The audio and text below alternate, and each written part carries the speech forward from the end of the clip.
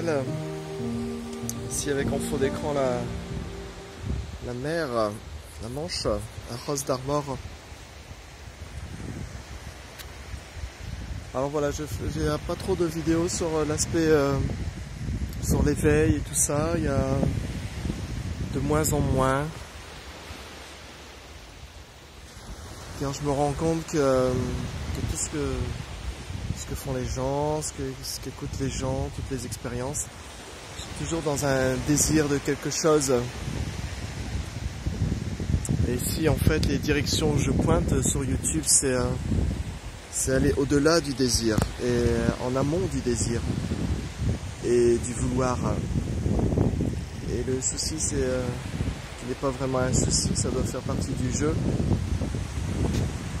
c'est qu'on cherche toujours une nouvelle expérience. Donc on est ancré dans des expériences de joie, des expériences de bonheur, des expériences de tristesse, des expériences de souffrance, ou des expériences de vacances, ou des expériences de travail, des expériences avec quelqu'un, ou avec une douleur, des expériences avec la joie tout simplement. Et tout ça, c'est des expériences. L'expérience de voir cette vidéo, l'expérience d'écouter les pensées qui défilent. Et les vidéos, ou ce qu'on appelle les satsangs, ou les discussions, sont là justement pour être dans la non-expérience. Et la non-expérience,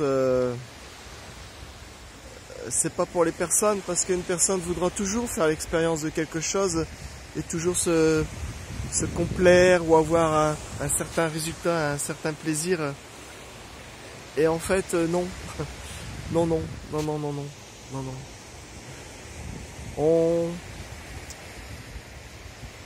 On doit retrouver ce qu'on n'a jamais perdu en fait. Tout ce qui arrive repart. Tout ce qui part, on laisse partir aussi. Et là, ce qu'on cherche, c'est simplement être, retrouver simplement sa nature originelle, qui n'est pas perdue à l'autre bout de l'océan, qui n'est pas quelque part dans un livre religieux ou dans un dieu quelconque dans le ciel. Mais ce qu'on cherche, c'est la non-expérience de toute chose. Et cette non-expérience de toute chose, d'un point de vue mental, ça nous arrange pas trop. D'un point de vue de la personne, ça n'arrange pas trop. Hein, c'est pas trop attirant en fait, parce qu'on a encore un besoin de faire quelque chose par une attirance, par un but. Et en fait, il faut savoir que ici, en ce moment, tout ce qui se passe là sur cet écran, Bruno est en train de se gratter le nez, la plage, le bruit de l'océan, tout ça, c'est les expériences. Mais il y a la non-expérience de tout cela, en ce moment même. Il y a le silence, le vide absolu. Et ça non plus, c'est pas pour la personne, ça n'intéresse personne. Ça n'intéresse absolument personne. Parce que le vide est tout de suite mis dans une définition de vide tel qu'on le connaît, vide absolu. Et en fait, c'est juste des mots. En fait, ce que je parle là, c'est ce que vous êtes dans la réalité de cet instant. Cette conscience, cette présence qui est en amont de toutes les expériences et qui n'est pas une expérience. C'est la non-expérience de toutes les expériences. C'est cet espace qui englobe tous les espaces que vous voyez derrière vous, à travers vous, autour de vous, ou dans votre histoire du passé et du futur. C'est ce qui est là maintenant. Mais je ne sais pas si... j'ai l'impression que tout est agencé avec cette conscience, dans ce jeu, que ce secret doit rester un secret, alors que ce n'est pas un secret. C'est ce qui est là maintenant. Il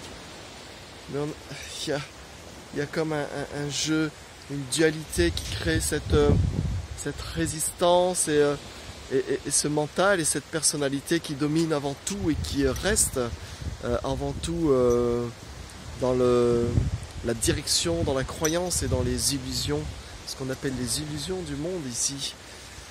Voilà. Et donc on est tout le temps dans ces expériences, en recherche d'expériences, de la vie. Et il y a une certaine... un certain oubli de notre naturel. Et dans cet oubli, il y a aussi le conflit qui arrive. Et c'est le grand paradoxe du monde, c'est que tout ce qui arrive dans le monde est par rapport à cet oubli de notre nature réelle, qui n'est que amour. Et l'amour, c'est aussi, ça peut être aussi un concept. Donc c'est pour ça que les vidéos et les messages que je laisse ici sont... Je sais pas comment vous regardez ça, avec le mental, avec le cœur, avec vos habitudes, et en cherchant quelque chose. Et en fait, il faut vraiment toucher cette non-recherche et enlever en fait tout ce qui est illusoire. Et il y a tant de compassion envers tout ça, parce on a l'impression que ce rêve est tellement réel pour le monde, alors que c'est vraiment que des pensées et que des conditionnements. Alors je sais pas si ça peut toucher des personnes et avoir le feu intérieur, parce qu'il faut vraiment ce feu intérieur pour faire cette quête, pour oser se poser la question de qui suis-je réellement, qu'est-ce qui est réel là maintenant. Et je suis sûr que 99% des personnes vont dans la demi-seconde ou dans le dixième de seconde tout de suite se donner la réponse je suis ceci, ou ben la vie c'est cela et j'ai pas besoin de ta. Et ça c'est les pensées, vous n'avez pas décidé ça, c'est un réflexe de protection de l'identité et de l'ego, le réflexe ultime de tout de suite partir sur autre chose et laisser le mental décider et voir les choses comme si qu'elles étaient réelles. Alors voilà, juste un petit message, je ne sais pas s'il y aura d'autres messages vidéo. Et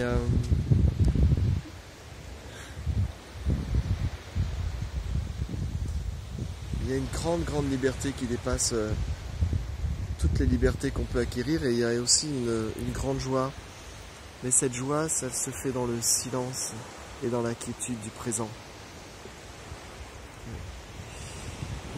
Et c'est vrai que d'un point de vue de l'ego et de nos habitudes, on peut dire oh ouais, mais c'est quand même un peu triste rester dans ce silence, ou un peu ceci ou un peu cela. Et pourtant il y a justement toutes ces pensées qui tombent,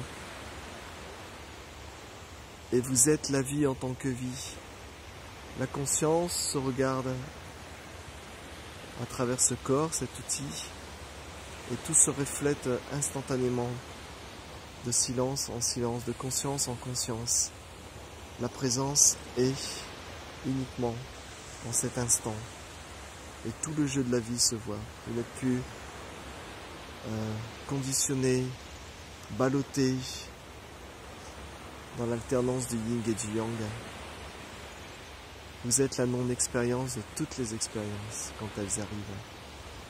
La non-expérience de toutes les expériences.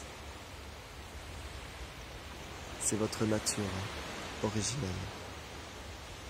Sans aucun point de départ et sans aucun point de fin.